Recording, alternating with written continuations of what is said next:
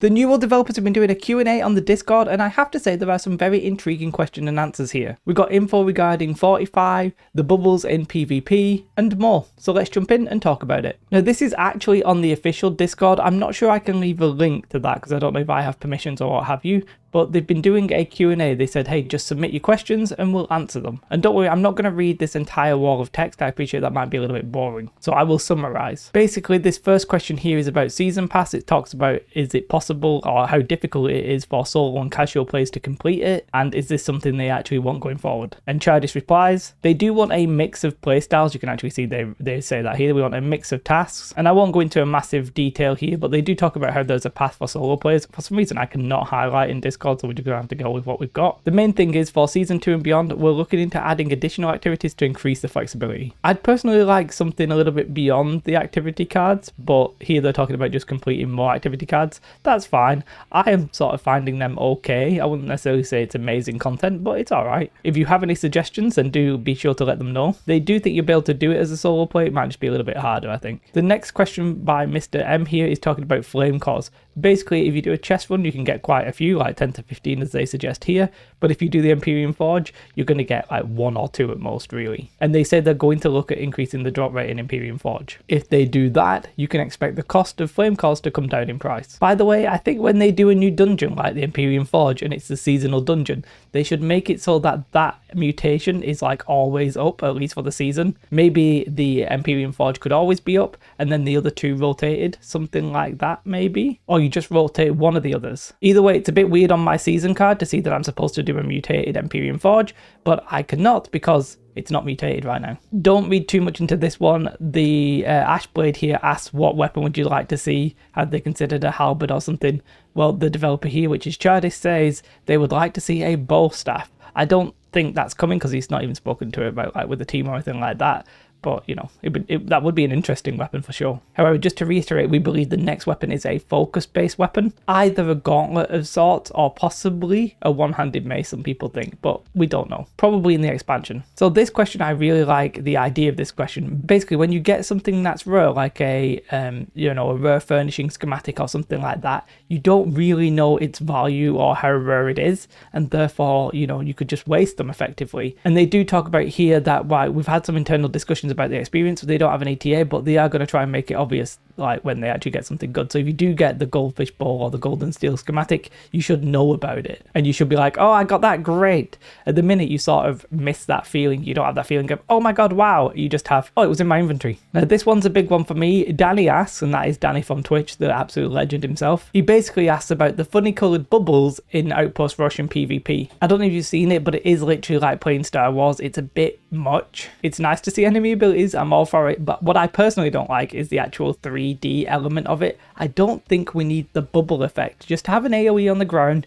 and we can assume the bubble. The visual clutter is absolutely insane. Well, whilst they're not actually going to fully do a rework, however, I would still like them to just turn off the bubble. However, they are going to be turning down the brightness and they'll think about some like better changes in future. I mean, that'll help, but I just don't think it should even exist. I don't think we should see bubbles. I think we should just see visual effects on the ground. Let's just assume that it's a bubble. They can just tell us that and we'll assume it. The next question here is a big one for all you fans who are stuck on Fresh or something like that. Basically asking about transfers on Fresh Start servers and merges. And they say here that the relief is coming soon.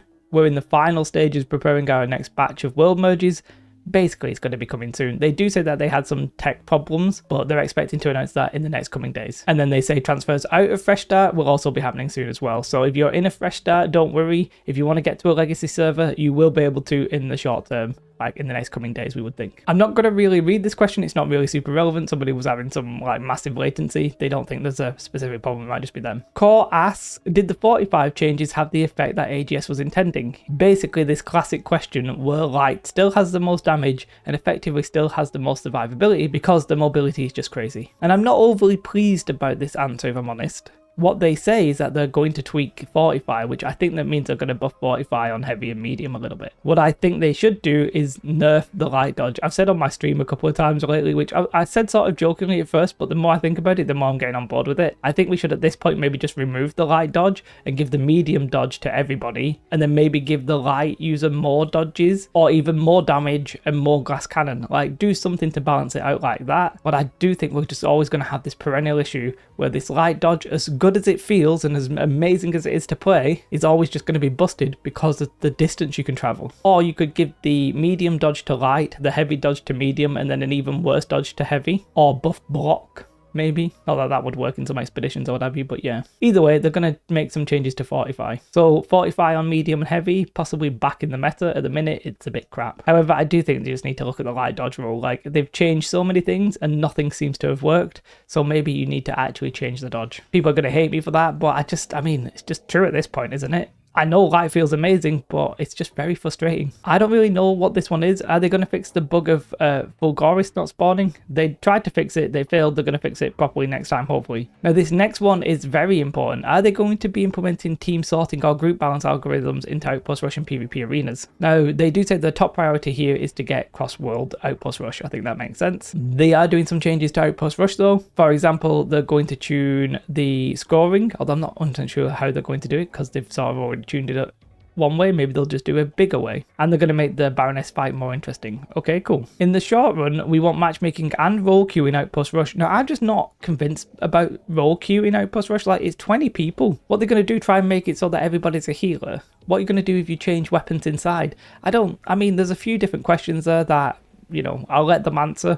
Obviously, we are getting cross-world in the next patch, cross-world Outpost Rush, in the next season patch, I should say, if everything goes well. Cross-world expeditions and arenas, that'll be coming at the end of the year. So probably sometime after the summer season patch, we'll get this. Okay, interesting. Another question here is about server size. So they spoke earlier about how they wanted like much bigger servers. At the minute, they've increased it from 2,000 to 2,500, but they are looking at ways into further increasing player density. There's a whole like other conversation there. If you put 5,000 people on a server in New World, presuming it worked, you would have an issue with resources and people getting into wars and stuff like that. So it needs to be balanced against the infrastructure, if that makes sense. However, they do then talk about how they're working on cross-world. Cross-world is just going to make things feel better in a lot of ways with having servers that are so sort of small. They're not planning on increasing the level cap for weapons at the minute, and it's been confirmed here that the raid boss is actually going to be instance. I think we pretty much all assumed that it would be, but Shah Neshin the Devourer will be instant, and they are still talking about and still working on the idea of bringing the mutations down from like 10 levels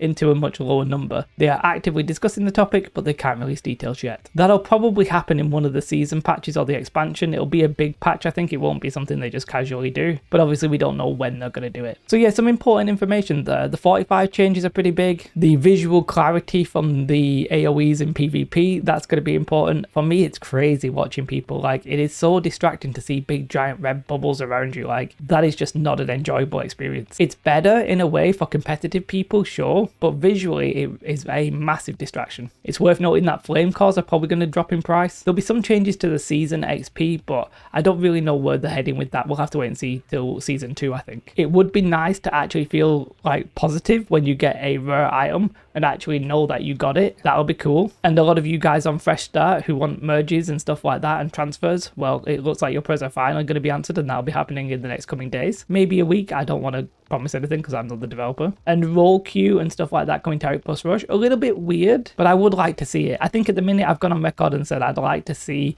that if you are a pre-made, that it doesn't count towards the wins on the leaderboard, because I think that's actually creating not like basically a toxic environment. One pre-made in Outpost Rush, if everybody else is solo, can pretty much dominate that Outpost Rush.